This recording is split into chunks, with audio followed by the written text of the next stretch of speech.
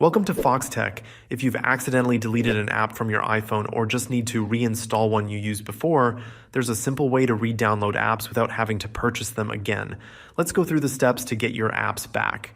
First, make sure your iPhone is connected to a stable Wi-Fi or cellular network. If your connection is weak or not working properly, the App Store won't be able to download apps.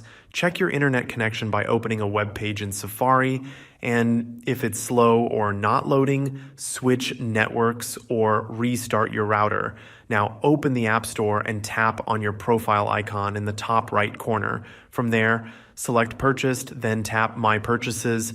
This section contains a full list of all the apps you've previously downloaded, even if they're no longer installed on your iPhone. You can either scroll through the list or use the search bar to find the app you want to re-download.